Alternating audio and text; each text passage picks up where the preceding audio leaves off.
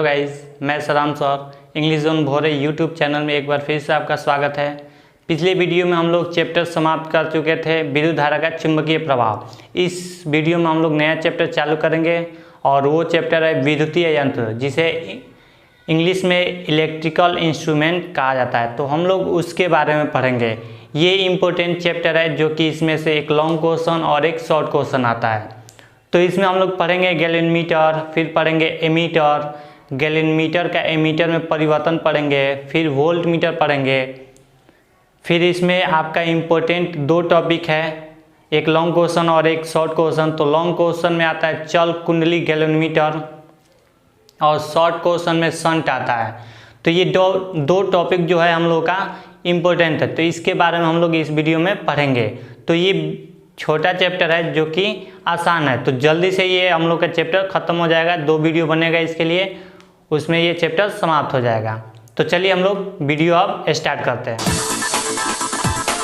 चलिए हम लोग आगे बढ़ते हैं। देखिए यहाँ पर इलेक्ट्रिकल इंस्ट्रूमेंट, ये हम लोग का विद्युतीय यंत्र चैप्टर का नाम है और ये तीसरा चैप्टर है, भारतीय भवन बुक है और चैप्टर नंबर 3 है।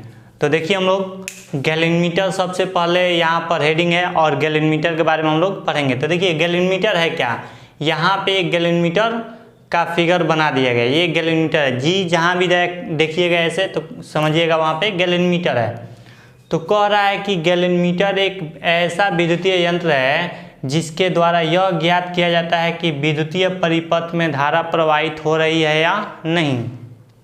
यानी कि कहने का मतलब गैलन-मीटर एक विद्युतीय यंत्र है और उसके द्वारा यह प्राप्त किया जाता है, मतलब जाना जाता है कि विद्युत धारा प्रवाहित हो रहा है कि नहीं। मान लेते हैं कि ये एक वायर है और इसमें यहाँ बीच में गैलन-मीटर लगा दिएगा और इधर से विद्युत धारा प्रवाहित किया जा रहा है और विद्युत धारा प्रवाहित किया जा रहा है। तो कैसे पता चलेगा कि इस वायर में मतलब विद्युत धारा प्रवाहित हो रहा है कि नहीं? तो कब पता चलेगा? जब यहाँ पे लगेगा गैलन-मीटर और इसमें विचलन उत्पन्न होने लगेगा, यानी कि ये विचलन उत्पन्न होगा तो हमें ज्ञात होगा कि हाँ इस तार से विद्युत धारा प्रवाहित हो रहा है। तो देखिए आगे, जब गैलन-मीटर से होकर विद्युत धारा का प्रवाह होता है तो यह पाया जाता है कि गैलन-मीटर में विचलन उत्पन्न हो गया है। कहने का मतलब किसी विद्युतीय परिपथ में गैलन-मीटर को जोड़ दिया जाता है और उससे धारा प्रवाहित किया जाता है। धारा प्रवाहित किया जाता है तो धारा के प्रवाहित होने से गैलन-मीटर में जो है विचलन उत्पन्न होगा। अगर गैलन-मीटर में विचलन उत्पन्न नहीं होगा तो समझिएगा कि उस परिपथ में विद्युत धारा का प्रवाह नहीं हो रहा है। आगे देखते हैं।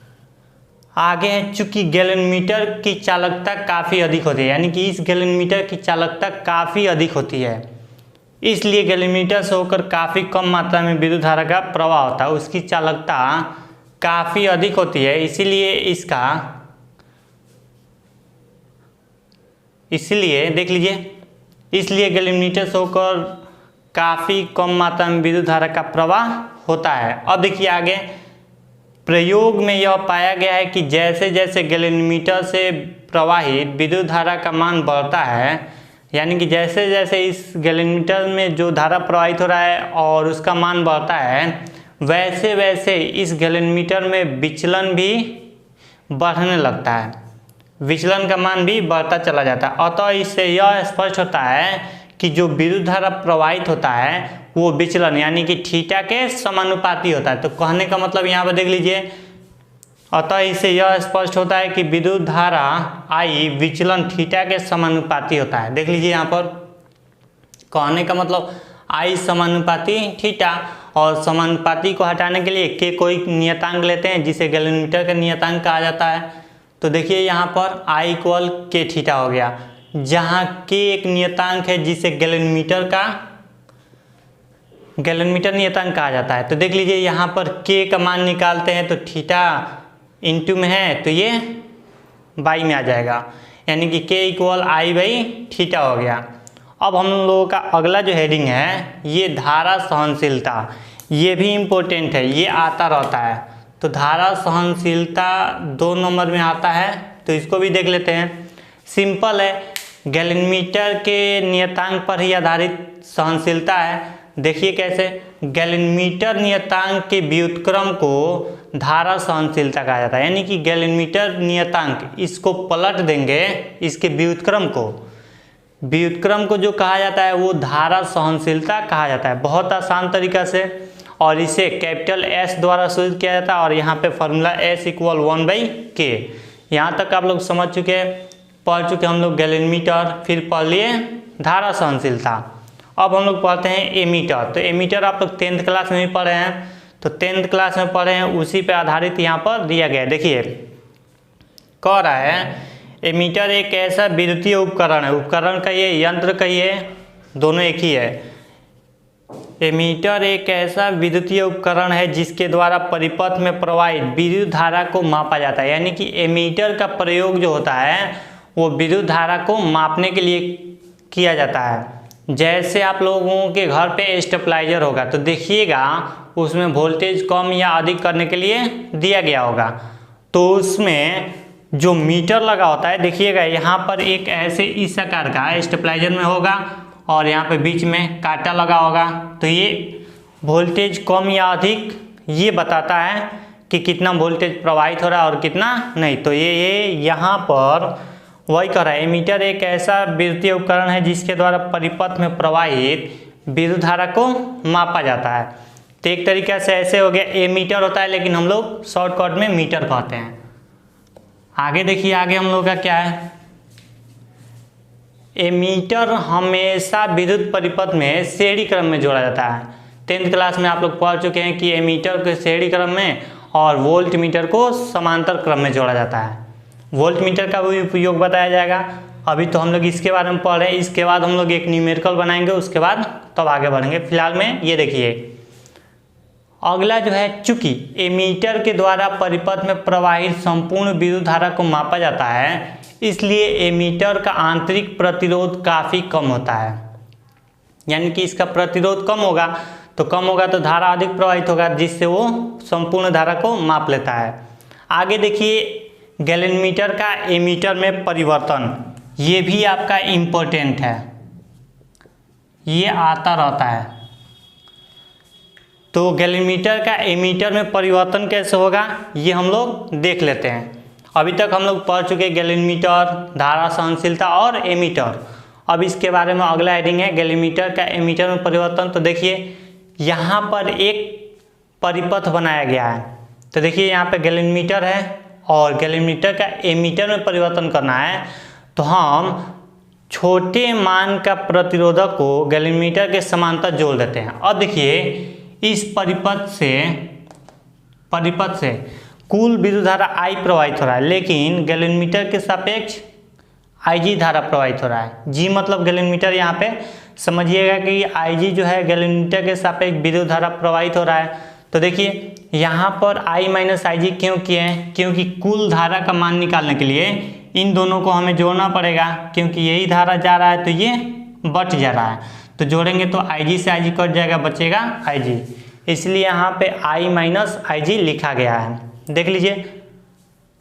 अब आगे देखते हैं इसमें, तो कह क्या रहा है, जब किसी गैलेनमीटर को एमीटर में बदला जाता है तो इस स्थिति में गैलेनमीटर के समांतर एक काफ़ी कम मान का प्रतिरोधक जोड़ दिया जाता है। ये जोड़ा गया है समांतर क्रम में, किसके सापेक्ष, तो गैलेनमीटर के सापेक्ष समांतर क्रम में RS मान का एक छोटा प्रतिरोधक जोड़ दिया जाता है, जिससे परिपथ का तुल्य प्रतिरोध काफ़ी कम हो जाता है। इस परिपथ का तुल्य प्रतिरोध जो होगा काफ़ी कम हो जाता है और इस प्रकार प्राप्त विद्युत परिपथ एमीटर की तरह कार्य करना है। इस प्रकार जब जो ये परिपथ प्राप्त होता है तो किसके भांति कार्य करता है, तो एमीटर के द्वारा। कब, जब एक छोटे प्रतिरोधक को गैलेनमीटर के सापेक्ष यानी कि उसके समांतर क्रम में जोड़ दिया जाता है। तो देखिए यहाँ पर आगे हम लोग क्या कह रहा है, माना कि गैलेनमीटर के द्वारा प्रवाहित विद्युत धारा Ig है, मान लिए हैं, यहाँ पर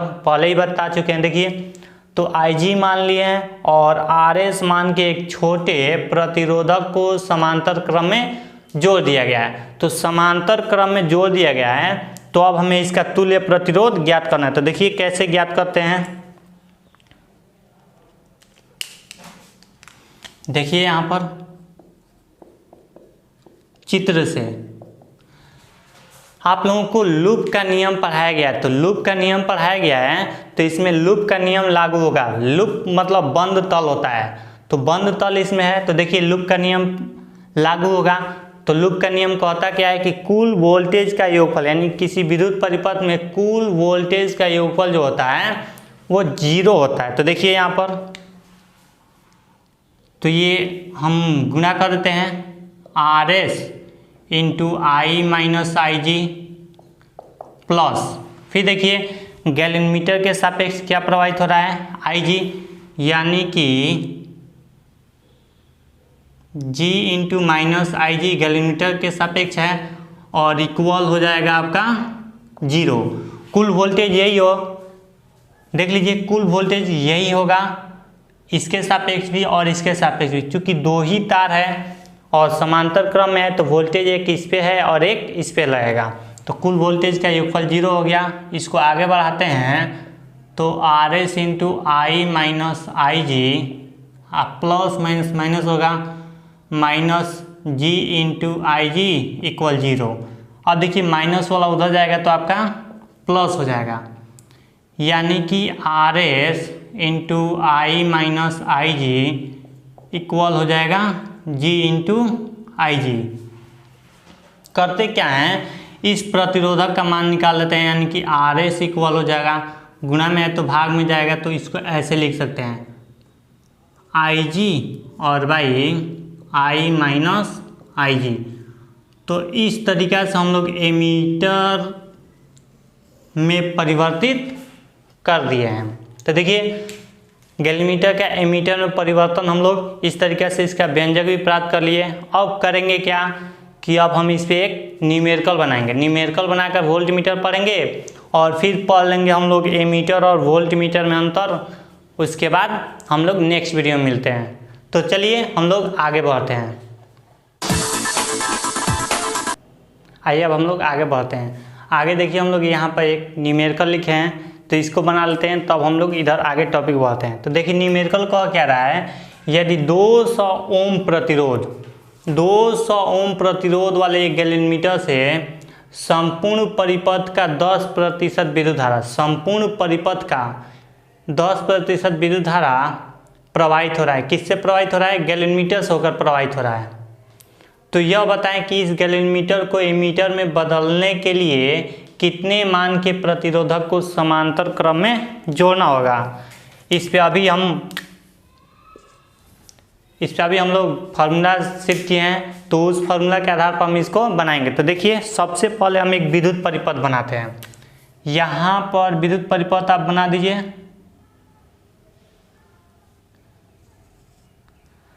और प्रतिरोधक को यहाँ पर हम जोड़ देते हैं।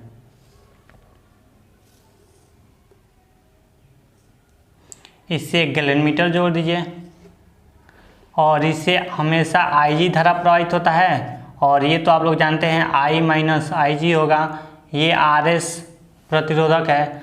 अब देखिए ये जो है I धारा प्रवाहित हो रहा है और ये I निकल जा रहा है। तो क्वेश्चन क्या कर रहा है, समझने वाला है।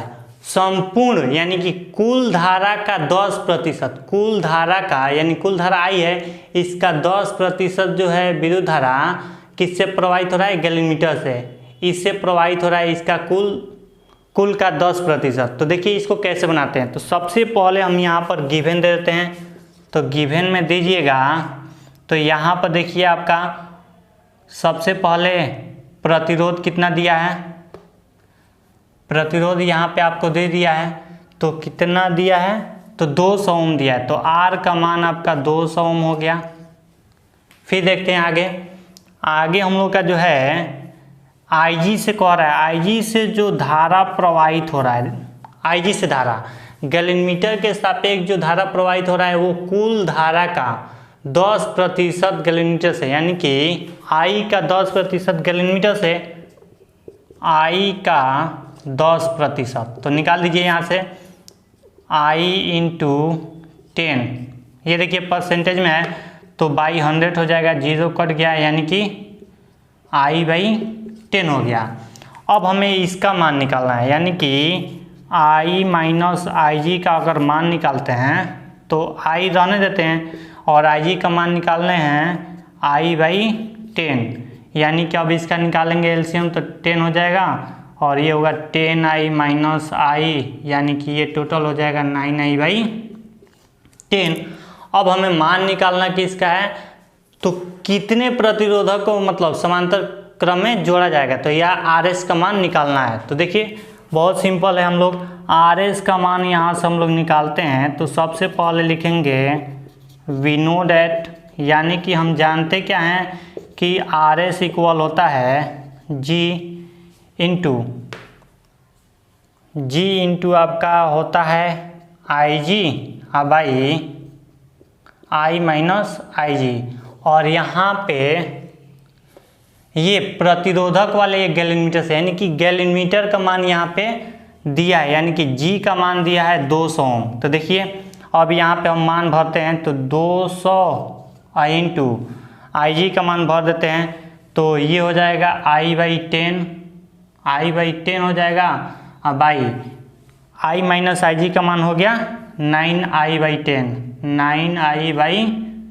10, 10 से 10 कट गया, आई से आई कट गया, यानी कि आर एस का वैल्यू जो आपका आ गया वो 200 बाई 9 यहाँ पे थोड़ा सा क्वेश्चन में समझना है, आर का मान न देकर यहाँ पे कह रहा है गैलन मीटर से होकर प्रवाहित हो रहा है, गैलन मीटर यहाँ से इसका प्रतिरोध 200 ओम दिया है और गैलन मीटर से जो धारा प्रवाहित हो रहा है वो संपूर्ण धारा का 10%। तो यहाँ पे संपूर्ण धारा का 10% निकालिए और आई माइनस आई जी का मान यहाँ पर निकाल कर भर दिए।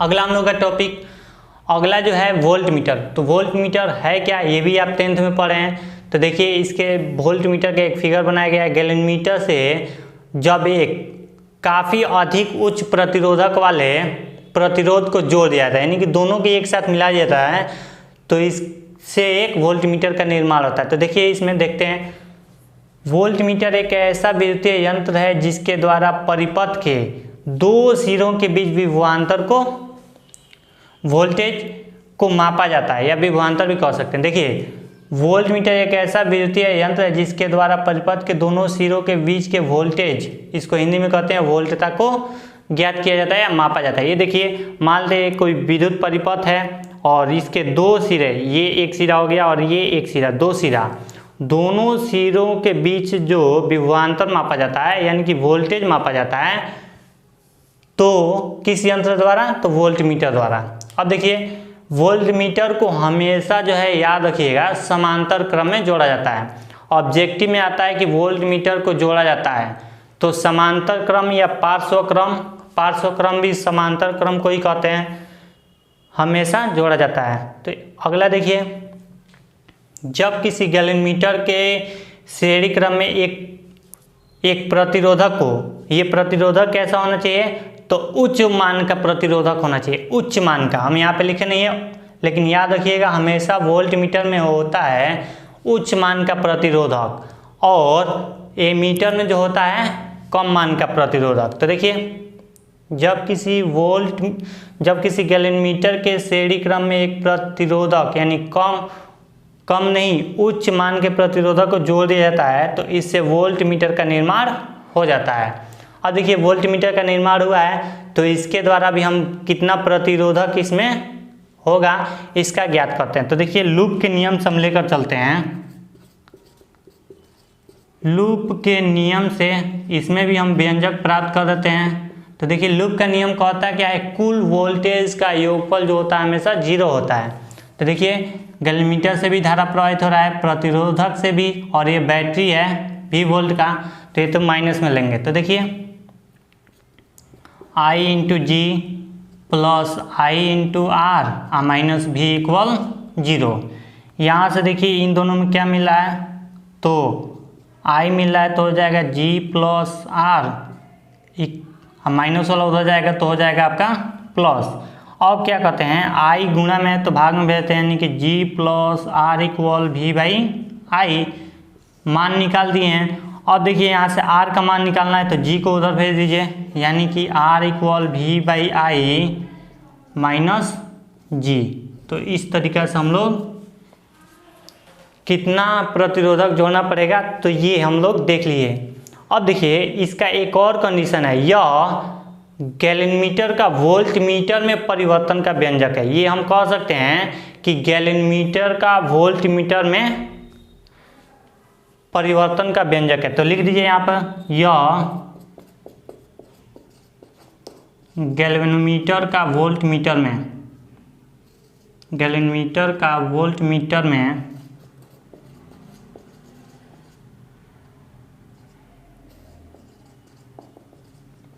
परिवर्तन का व्यंजक है।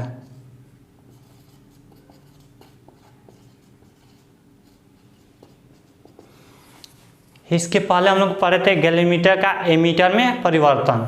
अब देखिए आगे हम लोग एमीटर और वोल्ट मीटर के बीच तुलना कर देते हैं, उसके बाद देखते हैं। देखिए पहला कह रहा है, यहाँ पे एमीटर है, यहाँ पे वोल्ट मीटर। पहला, यह परिपथ के श्रेणी क्रम में जुड़ा होता है। कौन जी?